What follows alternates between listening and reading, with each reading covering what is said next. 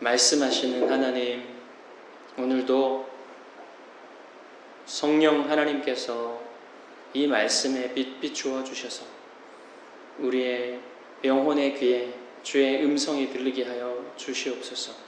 우리가 듣겠나이다. 주님 말씀하여 주옵소서. 예수님의 이름으로 기도하옵나이다. 아멘. 자, 오늘 본문은 짧은 본문인데 여기에도 참 많은 것들이 담겨 있습니다. 예수님이 이제 나사렛으로 가셨잖아요. 자기 고향으로 가셨는데 이 고향에서 사역을 하실 때 보면 약간 이전 큰 스케일의 기적을 행하시는 그런 모습을 보시면 약간 뭔가 주저하시는 듯한, 조심하시는 듯한 그런 분위기를 느낄 수가 있어요. 처음부터 가셔가지고 그 작은 마을에 큰 스케일의 기적을 행하시면서 가르치셨다면 좋지 않을까요?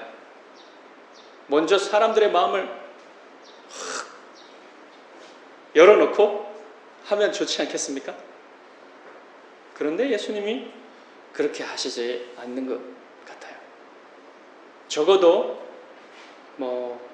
안식일이 되기 전에 병자를 고쳐주시거나 이런 일들은 하셨을지 모르겠어요.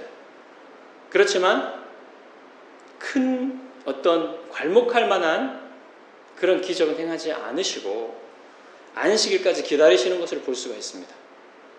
안식일이 되었을 때 예수님이 회당에 가셔서 가르치셨죠. 왜 그러셨는지를 이해하려면 이전의 상황을 좀 봐야 됩니다. 여러분, 가버나움에서 이제 예수님의 명성이 올라가니까 예루살렘에서 누가 파견돼요? 서기관들이 파견됐죠. 이 사람들이 조사관들이었다 그랬습니다. 예수라는 자가 어떻게 하는지 한번 조사하고 와라. 정말 보고가 올라온 것처럼 그런지. 그래서 이 사람들이 뭐라 그랬습니까? 이 예수라는 자가 바알세불에 집혔다. 마귀의 능력으로 이런 일을 하고 있다라고 주장을 했죠. 음해를 했죠. 자, 그러면서 이 사람들만 그러면 좋겠는데 예수님의 혈육들이 나사렛에서 가버나움으로 와가지고 뭐라 그럽니까? 이거 미친 거다. 분명히 이 예수가 미쳤다. 그래서 우리가 잡아서 끌고 가자. 이런 마음으로 온 거예요. 그러나 목적을 달성하지 못하고 갔죠. 나사렛으로 갔죠. 자, 그런데 예수님이 이제 이 큰 스케일의 호수 주변에서 하셨던 4가지 스케일의 이 기적들을 행하시고는 이제 나사렛으로 갈 마음을 품으셨어요. 자기의 고향으로. 고향 사람들에게 복음을 전하고 싶으셨습니다. 가셨죠. 그래서 이제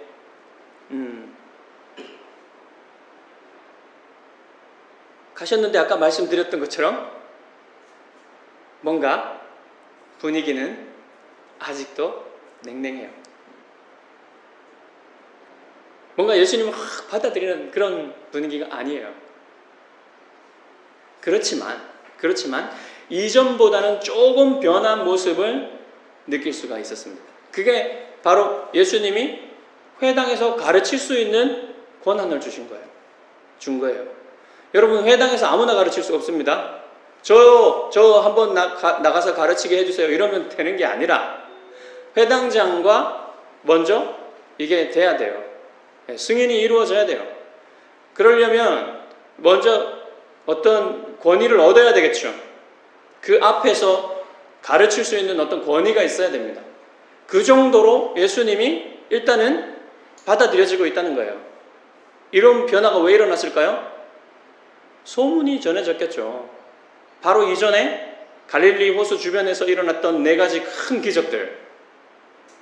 바람을 한마디 명령으로 잔잔케 하시고, 군대에 귀신 들린 거라사 그 한 사람을 자유케 하시고, 그 다음에 12년 동안 불치병, 혈루증으로 고생하던 그 여인의 병을 고쳐주셨죠.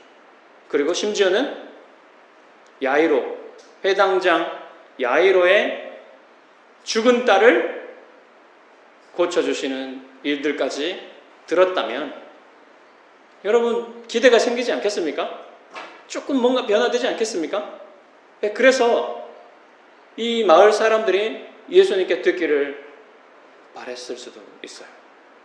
분위기가 좀 변화된 것을 우리가 볼 수가 있습니다.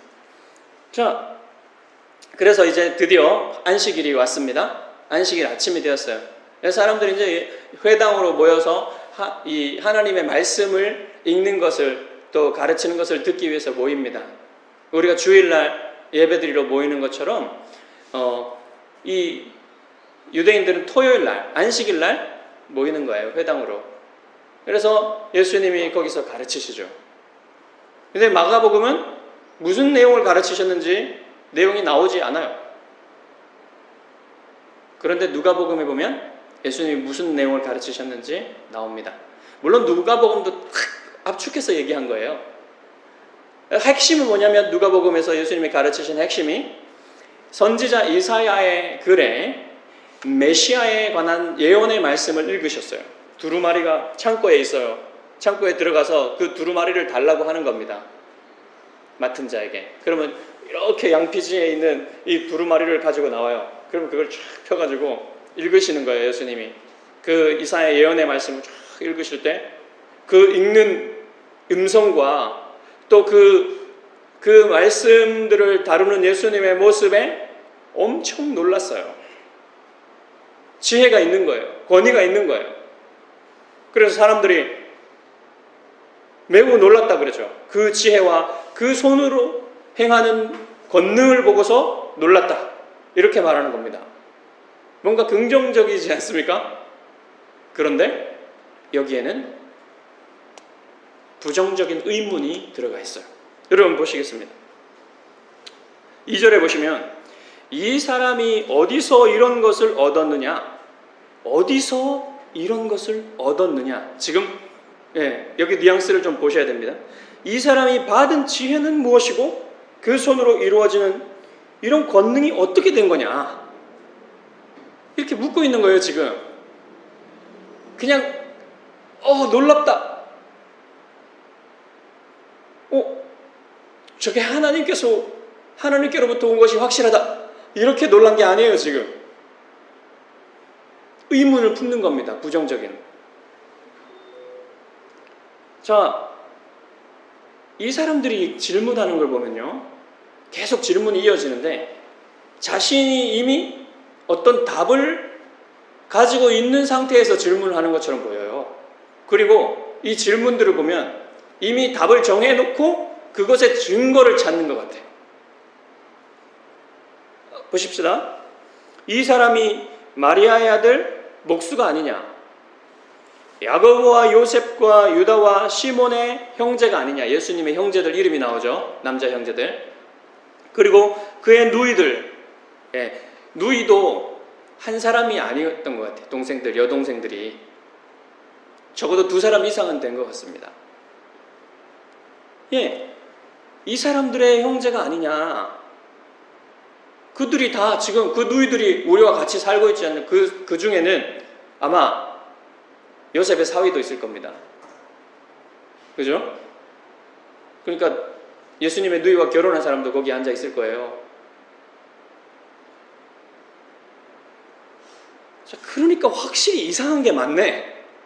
어떻게 저 사람이 그럴 수 있어? 저렇게 지혜와 권능을 행할 수 있어? 이상한 게 맞아. 이렇게 가는 거예요, 지금. 그런데 2절과 3절에 보면은 나사렛 사람들이 던진 이 말들에 예수님을 향한 심한 경멸이 들어가 있다는 것을 볼 수가 있어요. 우선 이 사람이라는 말이 몇 번 나오는지 보세요, 여러분. 2절과 3절에 이 사람이 라는 말이 3번 나옵니다. 이 사람이 어디서 이런 것을 얻었느냐? 이 사람이 받은 지혜와 그 손으로 이루어지는 이런 권능이 어찌 됨이냐? 이 사람이 마리아의 아들 목수가 아니냐? 여러분, 여기서 이 사람이라는 말은 뭐냐면 이자가, 우리말로 하면 이자가, 아니면 이놈이 어떻게 그럴 수 있어? 이런 뉘앙스예요. 이게 계속 반복하고 있잖아요, 이 말을.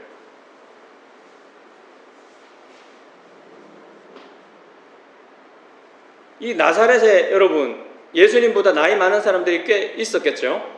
그 사람들의 눈에 보면 한 10살, 20살 차이 나는 그런 사람도 있었을 거 아니에요. 그러면 예수님 보면 무슨 생각이 들었겠습니까?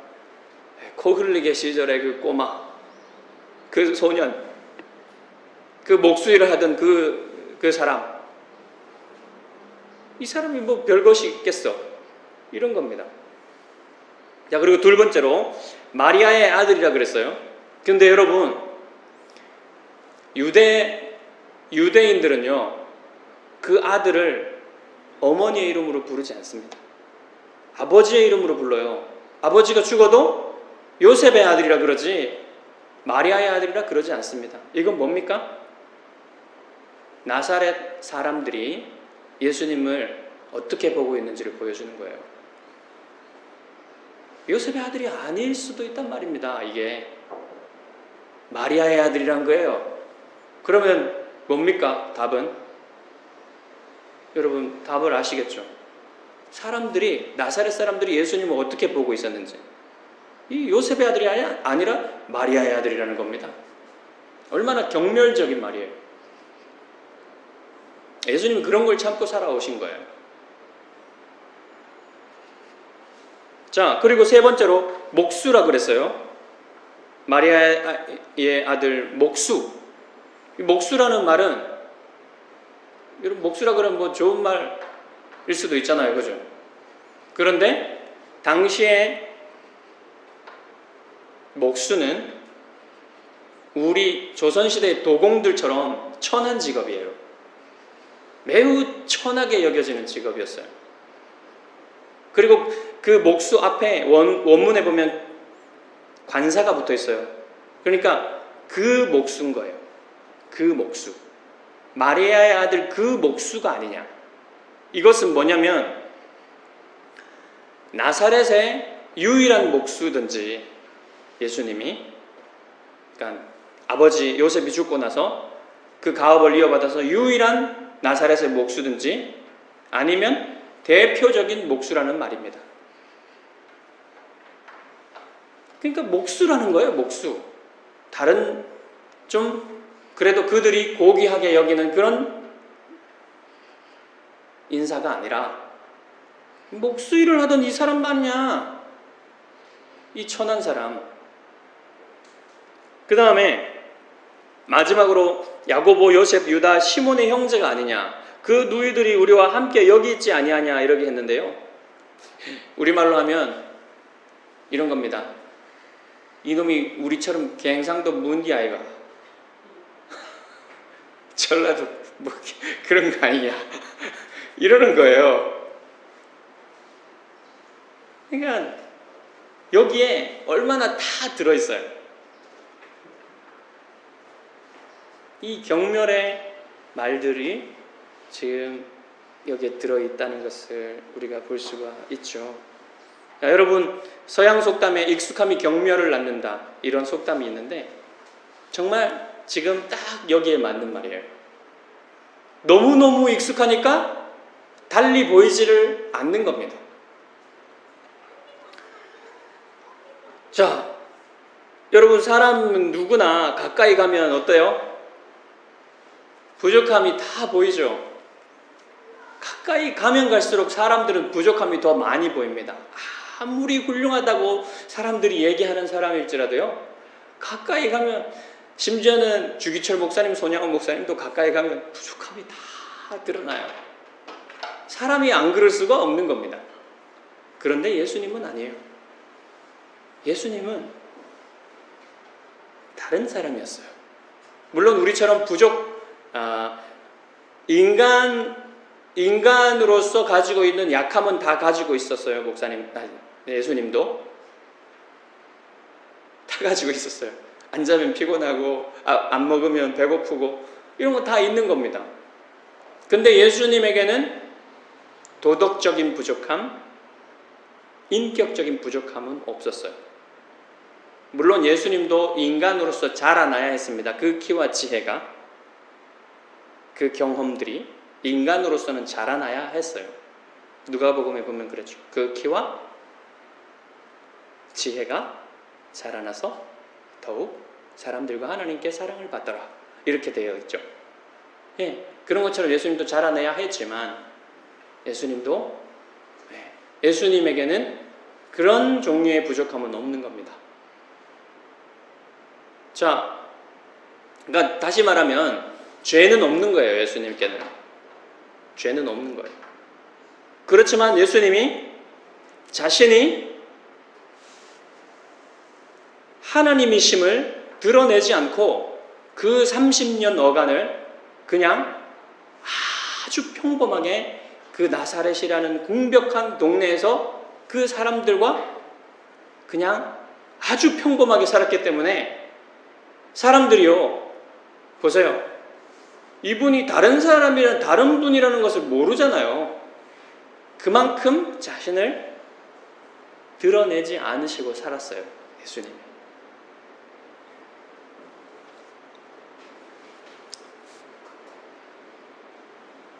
결국에 그렇기 때문에 이 경멸이 어디로 가냐면 결국 예수님을 공격하는 대로 가게 만듭니다. 이게 매치가 안 되는 거예요. 지금 그들이 눈앞에서 보는 이 지혜와 권능, 그리고 우리가 알던 그 사람, 이게 매치가 안 되는 겁니다. 그러니까 질문하는 거예요. 이런 게 어디서 왔느냐? 우리 생각에는 이게 하나님으로부터 오지 않은 거다. 이렇게 결론을 내려서 공격을 하는 겁니다. 공격을 하는데 어떻게 공격했습니까? 누가복음에, 여기는 안 나오지만 누가복음에 보면 이 나사렛이라는 동네가요, 언덕 위에 세워진 동네예요. 그래서 거기 낭떠러지가 있었다고 여기 증언하죠. 누가복음에 보면 예수님을 끌고 낭떠러지로 가는 거예요, 사람들이. 그래서 거기서 밀쳐서 예수님을 떨어뜨려 죽이려고 했어요. 그러니까 예수님이 그들 중간으로 걸어서 가시더라 했죠. 결국은 예수님을 이렇게 죽이려 하는 데까지 이른 거예요. 자, 여러분, 여기까지 나사렛 사람들의 행동이 이해가 되십니까? 여러분, 이해가 되세요? 전 이해가 될 듯 말 듯 합니다. 그런데요, 여러분, 이 나사렛 사람들의 행동과 마음이 사실은요, 불신자들의 마음과 똑같은 거예요. 불신자들의 마음이 이런 마음인 거예요. 모든 사람들의 마음 속에는 고집스러운 어리석음과 편협함이 다 있어요. 지혜로운 가르침도, 엄청난 놀라운 기적도 이 사람들의 마음 속에 있는 어두움을 제거할 수 없습니다. 이 무지를 제거할 수 없어요.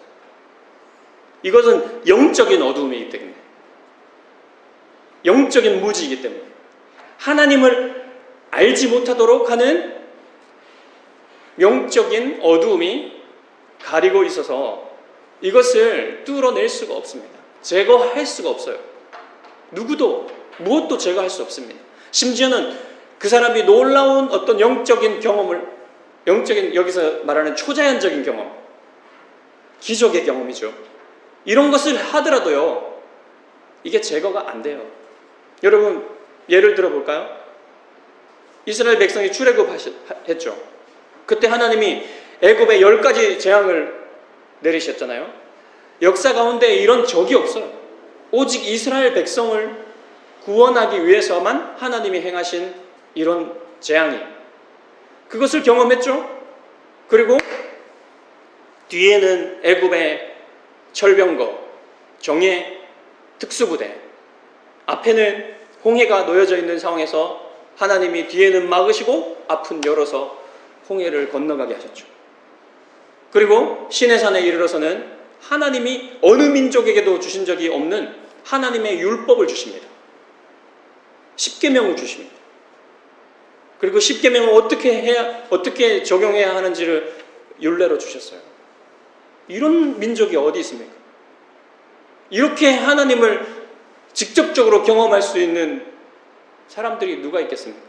그런데 여러분, 하나님을 믿었습니까? 믿지 않았습니까? 믿지 않았죠. 그러니까요, 그 어떤 무엇도 어떤 외적인 일들, 경험으로는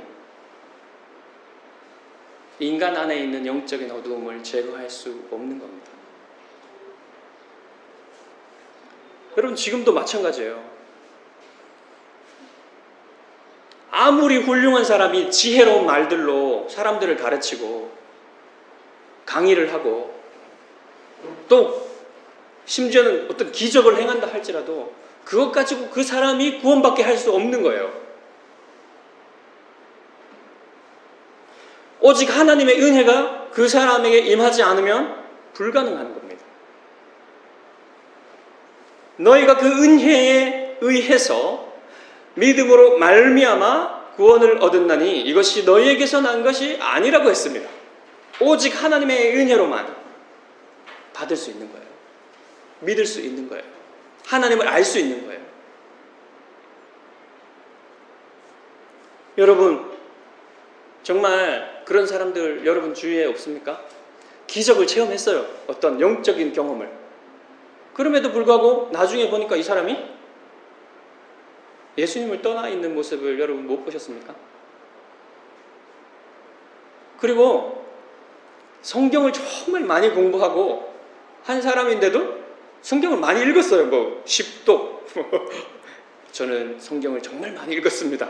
근데 사는 걸 보면 예수님하고 아무 상관없는 삶을 살아요. 왜 그렇습니까? 하나님의 은혜가 아니면, 하나님의 주권적인 은혜가 아니면 한 사람을 영적인 어둠으로부터 빼낼 수 있는 것이 없다는 겁니다.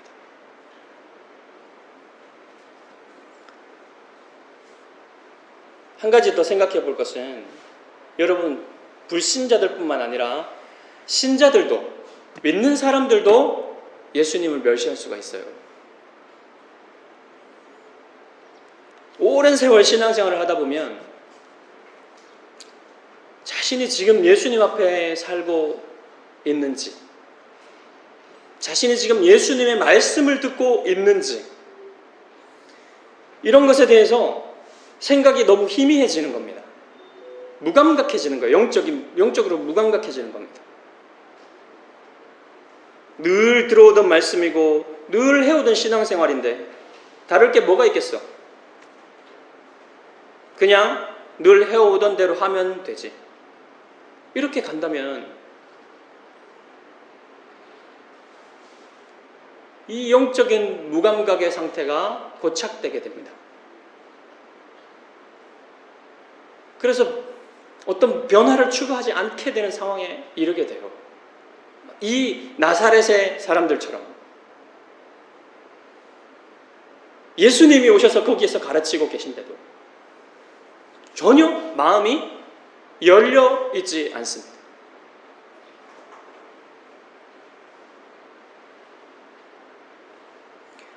기도를 하지 않아도, 말씀을 묵상하지 않아도, 하나님의 말씀에 순종하지 않는 삶을 살아도 괜찮네. 그냥 살아지네. 살만하네. 이렇게 될 수 있는 거예요. 자, 이런 상태에 빠져 있지 않으려면 해결책이 필요하죠. 주님은 이렇게 말씀하십니다. 산상수훈에 보시면 제일 첫 번째 말씀이 무엇입니까? 심령이 가난한 자는, 마음이 가난한 자는 복이 있나요? 마음이 가난한 자는 복이 있다. 가난한데 어떻게 복이 있어요? 천국이 저희 것입니다. 여러분, 여기 가난하다는 말은 뭡니까? 가난하다는 거는 이런 거예요. 자원이 없는 겁니다. 가난한 게 자원이 없는 거잖아요. 그렇죠? 물질적으로 가난한 건 쓸 물질이 부족하다는 거 아니에요. 충분히 쓸 수 없자는 거예요.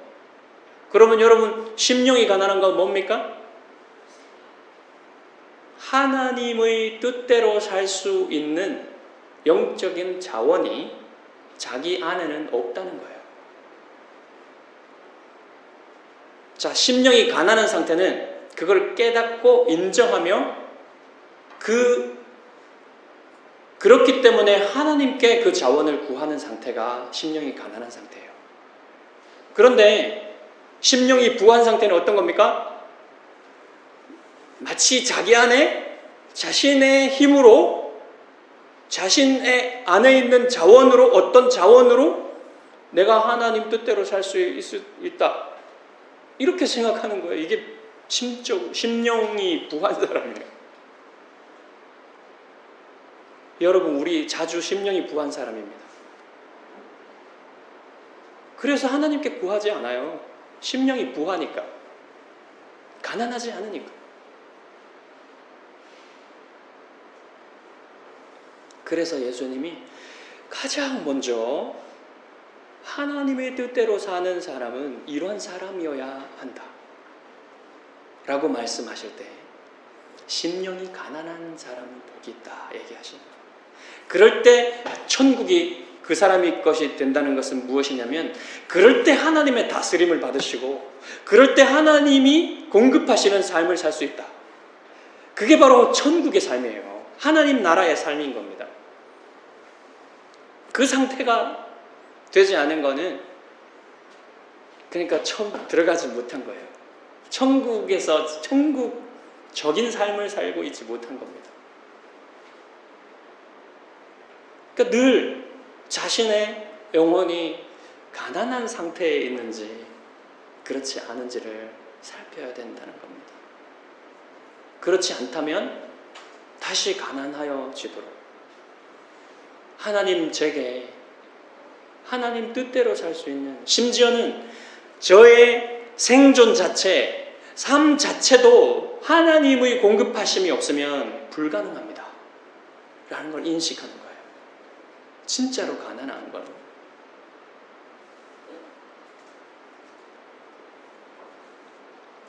여러분, 그러니까 심령이 가난한 사람은 자기 안에 자원이 없으니까, 영적인 자원이 없으니까 어떻게 해요? 하나님께 구하죠.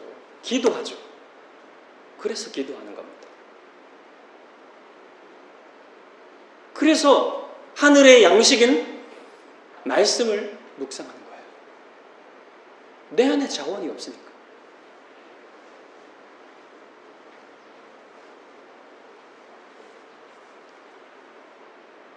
여러분, 논외의 말씀이 될 수도 있지만 기도에 대해서 잠시 말씀을 드리겠습니다. 저는 이 주기도를 가지고 기도하는 걸 참 좋아해요. 이 방법을 여러분에게 좀 소개해 드리고 싶습니다. 저는 팀 켈러 목사님에게서 이 방법을 배웠는데, 팀 켈러 목사님이 기도라는 책을 쓰셨는데 그것을 읽다가 이 방법을 발견하고 큰 도움을 받았어요. 저는 기도에 들어갈 때 주기도를 사용하여서 기도하는 것이 정말로 유익하다는 것을 발견했어요. 팀 켈러 목사님은 어떻게 말하냐면, 자신만의 주기도 변주곡을 만들라 이렇게 말해요. 여러분, 캐논 변주곡이죠. 그러니까 이 주기도를 그냥 그대로 따라하는 게 아니라 자신의 것으로 소화하라는 겁니다. 예를 들면 이런 거예요. 하늘에 계신 우리 아버지.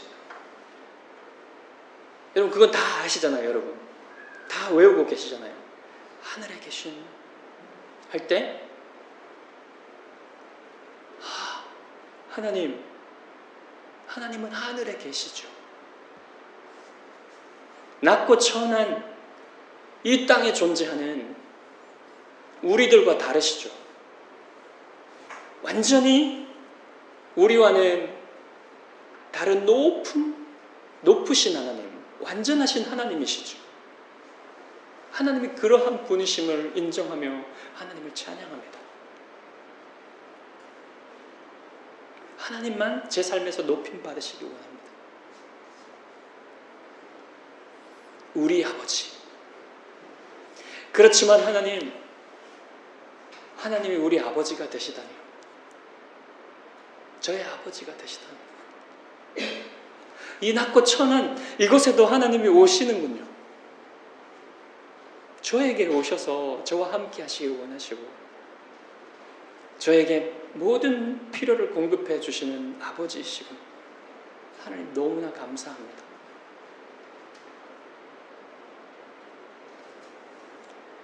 이름이 거룩히 여김을 받으시오. 저의 삶에서 주님의 이름이 거룩히 여김 받기를 원합니다. 참으로 원합니다. 제 이름이 아니라 주님의 이름을 영화롭게 하소서.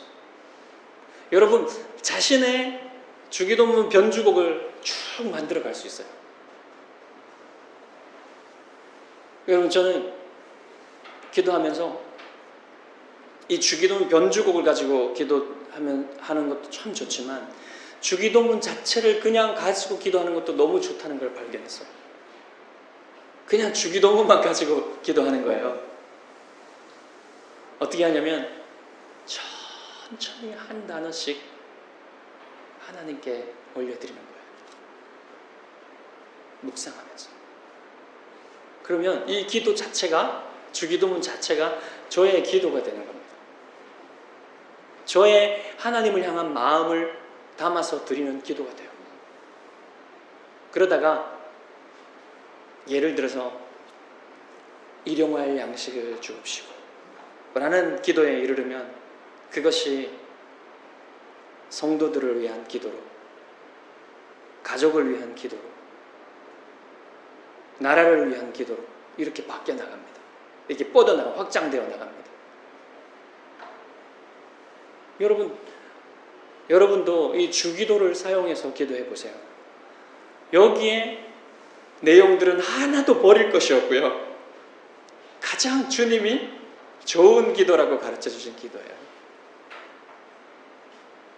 여러분 이것을 가지고 기도하기를 배워 보시기 바랍니다.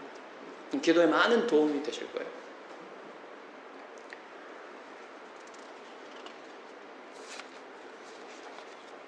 자, 그러면 이제 자기를 배척하는 고향 사람들에게 주님이 어떻게 반응했는지가 나옵니다.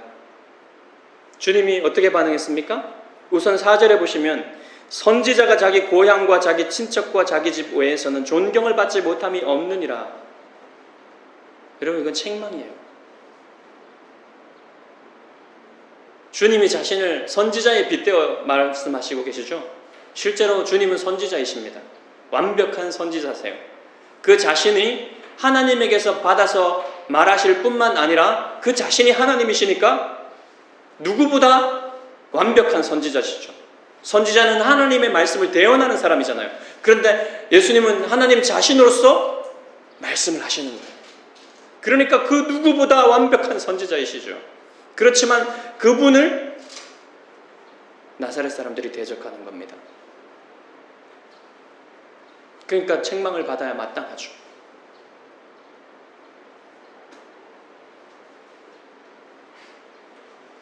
자, 그러면 5절에 보시면 거기서는 아무 권능도 행하실 수 없어 다만 소수의 병자에게 안수하여 고치실 뿐이었다고 말하는데요. 여기서 예수님이 아무 권능도 행하지 않으셨다라고 말하지 않고 아무 권능도 행하실 수 없다라고 말했죠. 이건 뭡니까? 예수님이 진짜 그곳에서 아무런 기적도 행하실 수 없었을까요? 하시고자 하신다면 하실 수 있었겠죠. 그러나 하시지 아는 것과는 다른 무엇인가가 있다는 겁니다. 그게 뭡니까? 그들의 불신앙이 예수님으로 하여금 기적을 행하지 못하시도록 했다는 거예요. 그러니까 예수님의 마음속에 그것을 원하지 않도록 했단 말입니다. 이 사람들을 위해서 기적을 베풀 의향을 품지 않게 만든 거예요. 그러면 여러분, 우리가 여기서 무엇을 배워야 돼요? 여러분, 불신앙은 하나님의 능력이 나타남을 방해하는 요소가 되는 거예요. 여러분, 교회에서 필요한 것이 신앙입니다. 신앙, 믿음. 교회는 믿음이 필요해요. 교회는 좋은 프로그램과 좋은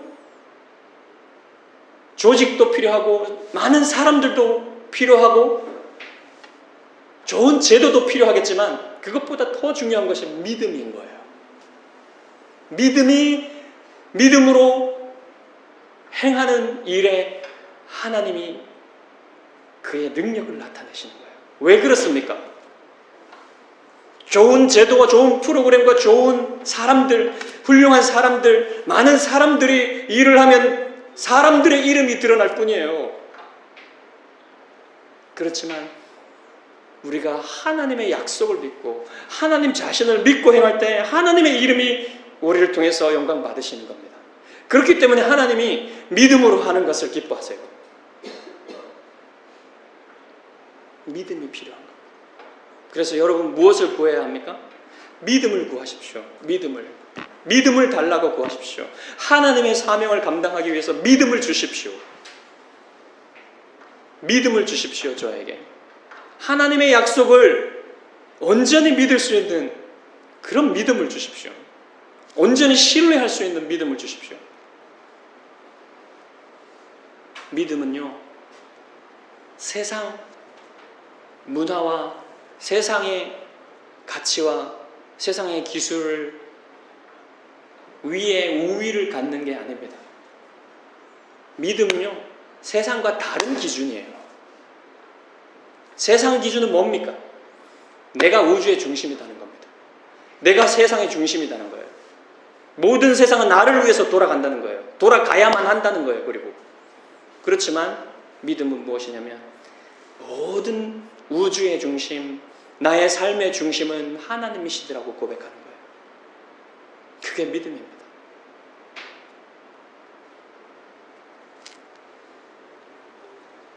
여러분, 우리는 이제 갓 태어난 개척교회죠. 그래서 우리에게 제일 필요한 것이 믿음인 거예요. 믿음으로 하나님이 맡겨주신 사명을 감당할 수 있도록 여러분 기도하시기를 바랍니다. 믿음을 달라고 기도하시기 바랍니다.